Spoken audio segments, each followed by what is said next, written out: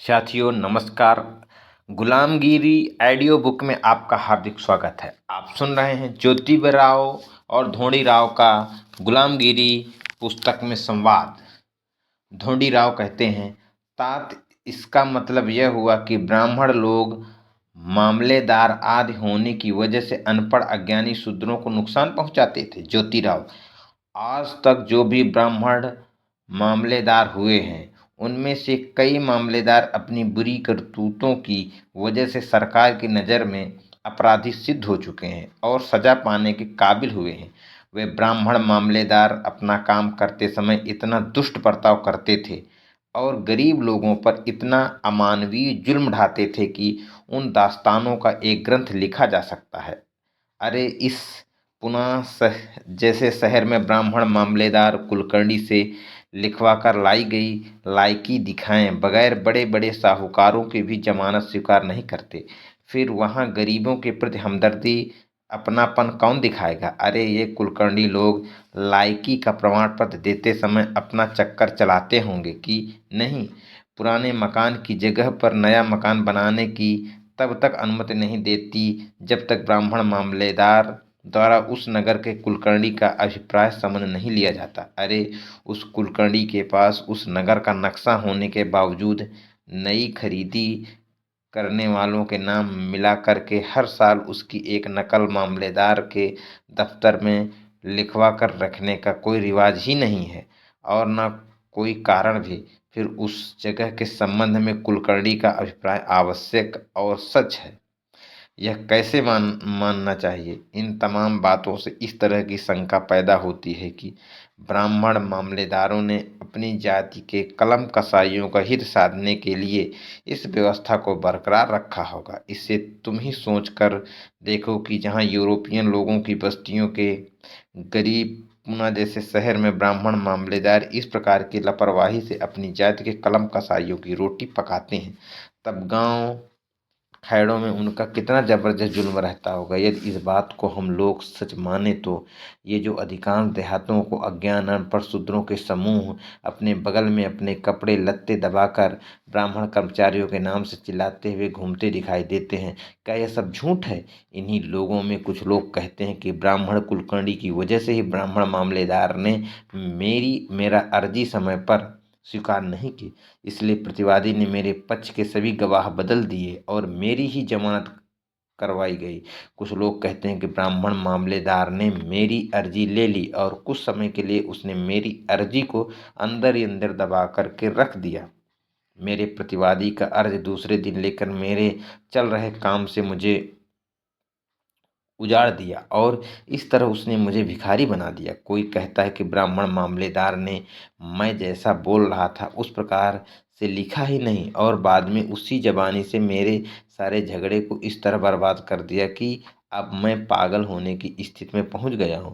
कोई कहता है कि मेरे प्रतिवादी ने ब्राह्मण मामलेदार की सलाह पर मेरे अच्छी तरह चल रहे काम को बंद करवा दिया और उसके मेरे खेत में अपना हल जोतने का काम शुरू करते ही मैं उस ब्राह्मण मामलेदार के पास जा पहुंचा और मैंने उसको बड़ी नम्रता से भूमि को स्पर्श करके प्रणाम किया और उससे एक शब्द भी नहीं न बोलते हुए मैंने केवल उसके हाथ में अपनी अर्जी दे दी और मैं तुरंत 4-5 कदम पीछे हट गया। मैं उसके सामने अपने दोनों हाथ जोड़कर बड़े ही दीन दुखी भाव में कांपते हुए खड़ा रहा। फिर कुछ ही देर में उस दुष्ट ने मेरी ओर ऊपर नीचे देखकर झट से उस अर्जी को मेरी ओर फेंक दिया, यह कारण दिखाकर कि मैंने कोड का अपमान किया है।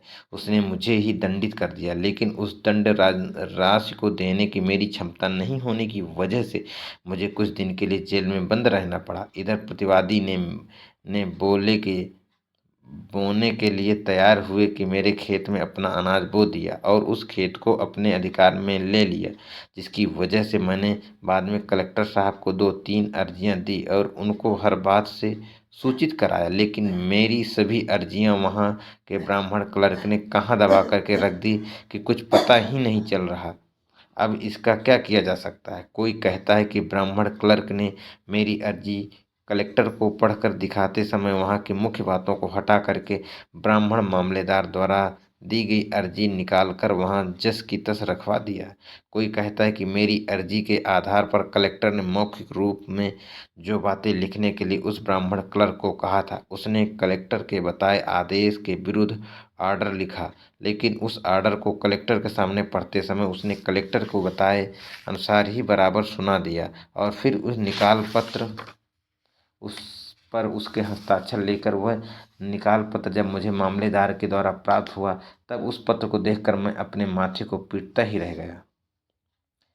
कोई कहता है कि जब मेरी कलेक्टर साहब के पास कुछ भी सुनवाई नहीं हुई, तब मैंने रेवेन्यू साहब को 2-3 अर्जियां भेज दी, लेकिन मेरी वे सभी अर्जियां वहां के ब्राह्मण क्लर्क लोगों ने कोशिश करके फिर उस साहब की ओर पुनः कलेक्टर के अभिप्राय के लिए लौटा दी।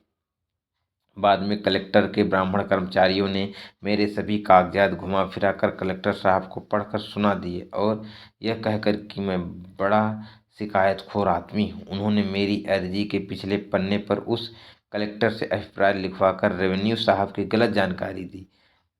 अब तुम ही बताओ, ऐसे करने वालों के साथ क्या करना चाहिए। कोई कहता है मेरा केस शुरू होते ही अटर्नी द्वारा बीच में ही मुंह मारने की वजह से जज साहब कहने लगे, चुप रहो, बीच में मत बोलो। बाद में उन्होंने स्वयं ही मेरे सभी कागजात पढ़ लिए, लेकिन कागजातों के को बेचारे क्या करेंगे, क्योंकि पहले ही कलेक्टर कचहरी के सभी ब्राह्मण कर्मचारियों ने कुलकर्णियों की सूचना के अनुसार मेरे पूरे केस का स्वरूप ही बदल दिया। कोई कहता है कि आज तक सभी ब्राह्मण कर्मचारियों के देव पूजा के कमरे मंत्रोच्चार के अनुसार उनके घर भरते भरते हमारे घर उजड़ गए। अब हम बर्बाद हो गए, हमारे खेत नीलाम किए गए, हमारी जमीन जायदाद चली गई, हमारा अनाज गया, हमारा अनाज से भरा बरदान लूट गया, हमारे घर की हर चीज लूट ली गई और हमारे बीवी बच्चों के बदन पर सोने के कील कांटा भी नहीं बचा। अंत में हम सब लोग भूखे प्यासे मरने लगे। तब मेरे छोटे भाइयों ने मिट्टी गाड़ी का काम खोजा। इतना ही नहीं, कोई ब्राह्मण कर्मचारी उस मजदूर से कहता है कि तू सरकारी काम करने के बाद पत, पतरलियों के लिए बड़े पलस के पान या पान की डालियां शाम को घर लौटते समय लाकर मेरे घर पर डाल देना। कोई ब्राह्मण कर्मचारी कहते कि आम की डालियां शाम को घर लाकर देना। कोई कहता है कि आज रात को मैं गांव में उस लेन देन करने वाली विधवा के घर में नाश्ता पानी करने के लिए जाने वाला हूँ, इसलिए तू खाना खाकर मेरे निवास पर आकर मेरे परिवार का सारी रात रहकर वहीं सो जाना, लेकिन दूसरे दिन काम पर जाने के लिए भूलना नहीं, क्योंकि कल शाम को ही बड़े इंजीनियर साहब यहाँ अपना काम देखने के लिए आने वाले हैं। इस प्रकार की सूचना राव साहब ने लिखकर भेजी है। इस तरह के ब्राह्मणों द्वारा अंदर ही अंदर जो परेशानियां भोगनी पड़ती हैं, उसके बारे में मुझे मेरे भाई मेरे घर आकर आंखों का आंसू बहाते हुए बताते रहते हैं। वे कहते हैं कि तात, हम क्या करें, ये सभी ब्राह्मण 18 जाति के गुरु हैं।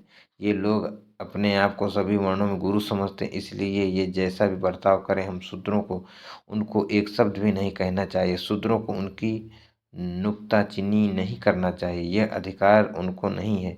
यही उनके धर्मशास्त्रों का कहना है। धर्मशास्त्र कुछ भी कहें, लेकिन हमारे पास इस मर्ज का कोई इलाज नहीं है। यदि मैं अंग्रेजी बोलना सीख गया होता तो मैं ब्राह्मणों के सभी कारनामे, करतूते, लफाजी, ठगी आदि सभी बातें अंग्रेज साहब लोगों को बता सकता और उनके द्वारा इन लोगों को मजा चखवाया होता। इसके अलावा इंजीनियर विभाग के सभी ब्राह्मण कर्मचारियों की लुच्चागिरी के बारे में ठेकेदार लोग इतना कुछ बताते हैं कि उस पर एक स्वतंत्र किताब लिखी जा सकती है। इसलिए इस बात का मैं यही समाप्त कर देता हूँ। तात्पर्य ऊपर लिखी गई तमाम दलीलों में जो आपको सच लगे उसके बारे में गंभीर से सोचना चाहिए, उसका पूरी तरह से बंदोबस्त भी करना चाहिए तथा उन तमाम कुरीतियों को जड़ मूल से सामाजिक जीवन से समाप्त कर देना चाहिए। यही हमारी सरकार का धर्म है। साथियों, परिच्छेद 13 में आपने सुना कि अंग्रेज शासनकाल में जो ब्राह्मण कर्मचारी थे किस प्रकार से शूद्रों को मूर्ख बेवकूफ़ बनाते थे, उनके लिखा पढ़ी में हेर फेर करते थे। और अगला एपिसोड 13